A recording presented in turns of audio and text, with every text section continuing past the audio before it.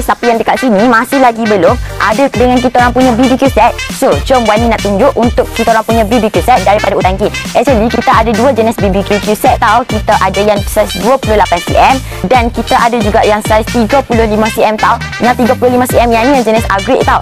So, jom Wani nak tunjuk yang upgrade punya. So, kalau korang beli yang upgrade punya, korang akan dapat sekali dengan storage bag tau. So, jom Wani nak tunjuk dekat dalam dia akan dapat apa sahaja. First, yang pertama, korang akan dapat dengan kita orang punya grill neck. Yang kedua, awak akan dapat charcoal neck. Yang ketiga, awak akan dapat charcoal plate. Yang keempat, korang akan dapat furnace body. So, yang terakhir, korang akan dapat dia punya stand support. First, yang pertama, korang buka saja dia punya kaki.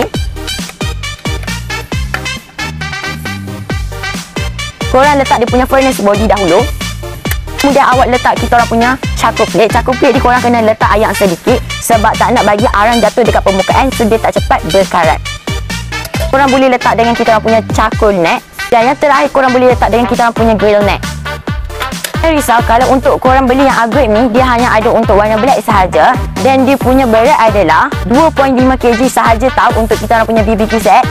Kalau korang tanya untuk dia punya material apa? Okey, kalau untuk material, untuk dia punya body dia adalah carbon steel. Dan untuk grill, untuk charcoal neck, dia punya material adalah stainless steel tau. So, siapa yang dekat sini, yang dekat rumah dia masih lagi belum ada dengan kita orang punya BBQ set, nak bakar-bakar ayam ke, ikan ke, apa-apa ke, korang boleh guna dengan kita orang punya BBQ set. So, kalau korang nak dapatkan untuk kita orang punya BBQ set, boleh dapatkan sekarang dekat beg kuning. Dan jangan lupa korang boleh tekan button follow untuk dapat video yang lebih menarik. Bye!